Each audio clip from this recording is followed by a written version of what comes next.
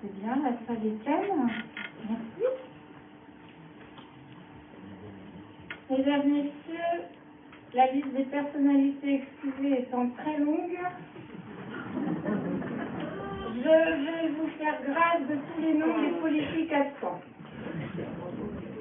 Par contre, je dois vous transmettre un message de la part de Madame Soutani, vice-présidente du Conseil régional des Pays de la Loire, actuellement en mission, de Monsieur le président de la communauté de communes, Joël Ballandreau, vice-président de l'Association des maires de France, retenu ce soir, et de Monsieur Guillaume Garot, député, qui bien sûr est bloqué à l'Assemblée nationale.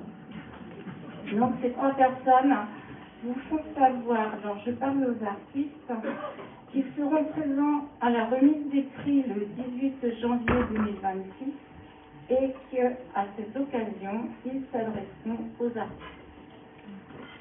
Donc je tiens à saluer à nos côtés Madame Sandrine Galloyer, vice-présidente du conseil départemental venue en Amie, Monsieur le maire Benoît Quintard et les membres du conseil municipal, ainsi que les élus du territoire mayennais, j'en ai aperçu dans la salle. Mesdames et messieurs les élus, chers partenaires, chers artistes, chers bénévoles, chers amis, chers visiteurs, comme beaucoup le savent, je suis bavarde. Mais je ne suis pas douée pour la langue de bois. Je préfère la sincérité au beau discours et c'est un immense bonheur de vous accueillir pour cette 6e édition de la Grande Expo internationale, placée cette année sous le signe de l'Italie. L'Italie, berceau de la beauté, de la création, de l'humanisme. Terre de Michel-Ange, de Léonard de Vinci, de Botticelli et de tant d'âmes visionnaires. L'Italie a façonné depuis des siècles notre regard, nos esthétiques, nos émotions. Avec l'Italie comme invité d'honneur, nous célébrons bien plus qu'un pays. Nous célébrons un dialogue entre les cultures, une histoire commune de la création, et cette conviction profonde que la beauté n'a pas de frontières et qu'elle appartient à tous ceux qui savent encore la regarder vraiment. À Montsûrs, cette vitalité repose sur des engagements précieux. Des femmes, des hommes, bénévoles de toutes nos associations, culturelles, sportives, sociales, solidaires, donnent de leur temps, de leur énergie et souvent bien plus encore, pour faire vivre notre commune et lui donner une âme. Rien ne se ferait sans eux. Et ici, à la galerie, c'est le même esprit. Derrière chaque plot repeint, chaque œuvre installée, chaque message envoyé, et j'en envoie beaucoup, il y a un geste, un visage, un cœur, celui d'un bénévole qui donne un peu de lui-même pour que Montsûrs continue de vivre.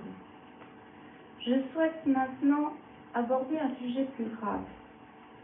Un amendement a récemment été voté par l'Assemblée nationale dans le cadre du projet de loi de finances concernant une taxation patrimoniale des œuvres d'art. Si ce projet, à ce jour, a été retoqué par le Sénat et que son adoption finale reste incertaine, sa simple existence doit nous interroger, car cet amendement précise que les œuvres d'art pourraient être taxées au motif qu'elles seraient des biens sanctuaires et improductifs. Outre le fait que le marché de l'art en France représente plusieurs milliards d'euros de ventes chaque année, ce qui le place bien loin d'une quelconque improductivité, ce qui me choque profondément, au-delà de toute considération politique, c'est le regard porté sur l'art lui-même. On vise peut-être les grandes collections et les holdings, mais soyez lucides. Les répercussions toucheront inévitablement l'ensemble de la chaîne. Et tout à fait au bout de cette chaîne, il y a un artiste, souvent seul dans son atelier, qui peine déjà à vivre de son travail. Et c'est là que se trouve la véritable industrie. Adopté ou non à l'issue du vote final, cet amendement dit quelque chose de profondément troublant sur la manière dont une partie de nos dirigeants considère la culture, et je trouve ça vraiment dommageable pour la France. Il reflète une vision étriquée, réductrice, utilisatrice, qui en révèle sans doute plus sur notre époque que nous ne voulons bien l'admettre. Il dit aussi une réalité que beaucoup pensent tout bas. L'absence trop fréquente d'un intérêt réel pour la culture, toutes tendances confondues. L'art n'entre pas dans les cases de la rentabilité immédiate. Il ne se mesure pas en chiffres rapides. Il ne reçoit pas la reconnaissance qu'il mérite. Trop souvent, il est éclipsé par d'autres priorités beaucoup plus populaires. Et pourtant, dans un monde où tout s'accélère, où l'on scrolle plus qu'on observe, où l'on passe d'une image à l'autre sans s'émouvoir, l'art nous rappelle l'essentiel, la lenteur, la tension, le trouble, le frisson. L'art n'est pas un décor, il est le battement d'un cœur d'une société vivante. C'est aussi pour cela que je souhaite m'adresser aujourd'hui aux investisseurs, aux mécènes, aux entrepreneurs, à tous ceux qui, par un simple achat, un soutien, un engagement, font respirer la culture. Je sais que le contexte économique et politique actuel rend nombre d'entre vous plus prudents, plus hésitants. Mais votre rôle n'a jamais été aussi important. Soutenir l'art n'est pas céder à un caprice. Ce n'est pas investir dans le luxe, c'est défendre une vision du monde, un héritage, une mémoire vivante pour les générations futures. Sans vous, sans ces gestes parfois discrets, combien d'artistes auraient cessé? Combien de talents auraient disparu dans le silence? Votre soutien aujourd'hui prend un sens encore plus profond, car si l'art s'éteint, c'est la vie elle-même qui perd ses couleurs. Un mot maintenant pour les arts.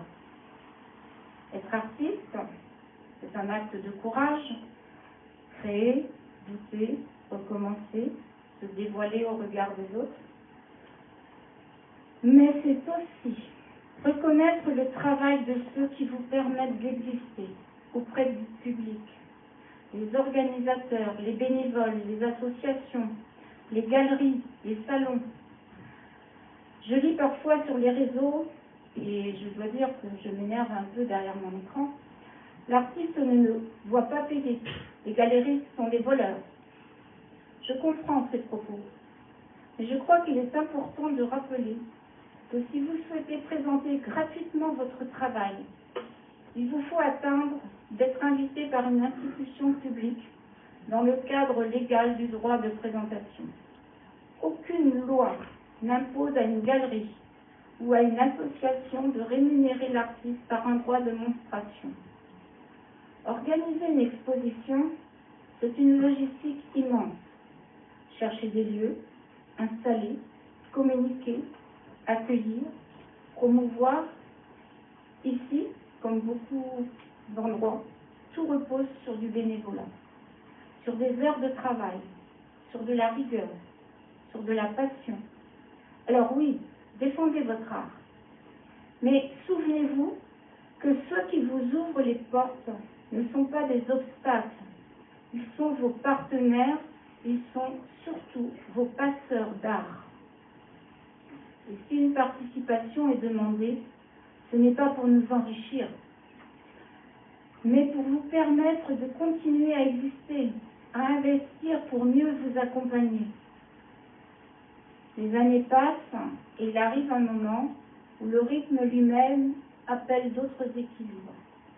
Il devient parfois nécessaire aussi de préserver un capital censé fragilisé, de réorganiser ses priorités et de préparer la suite avec lucidité. Le moment est donc venu pour moi d'envisager progressivement la transmission de ce projet à de nouvelles énergies, sans doute plus jeunes, prêtes à porter cette aventure encore plus loin, à faire mieux que moi. L'appel est lancé.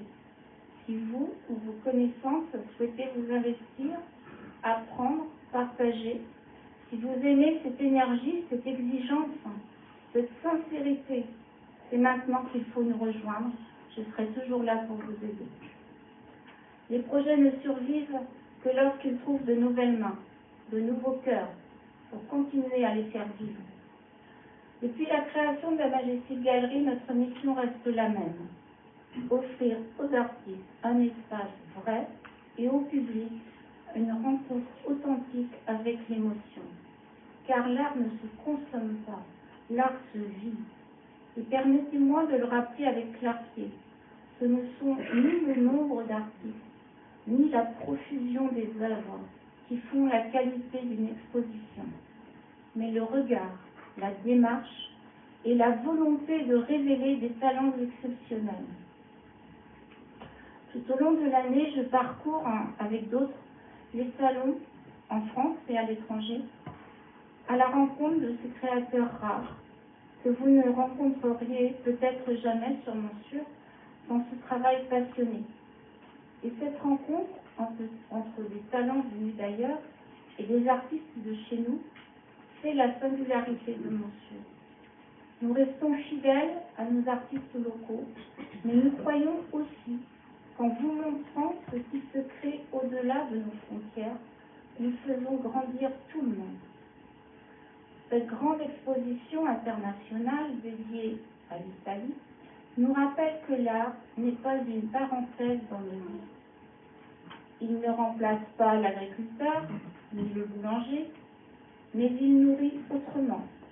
Il est une respiration essentielle, un témoignage de notre époque, un trait d'union entre les générations. Alors merci aux artistes, aux bénévoles, aux partenaires, aux sponsors, aux mécènes, au public fidèle, à la ville de Montsûrs, à la communauté de communes des Coévrons et à tous ceux qui croient que la culture n'est pas un luxe, mais une nécessité. Continuons ensemble à faire de Montsûrs un lieu vivant, sincère, accueillant, où l'art parle à tous, sans exclusion, et surtout sans prétention, mais avec passion. Parce que ce ne sont pas les œuvres seules qui sauvent le monde, mais celles et ceux qui les partagent, les défendent et les font vivre pour la paix, et nous en avons bien besoin. Grazie mille, Italia.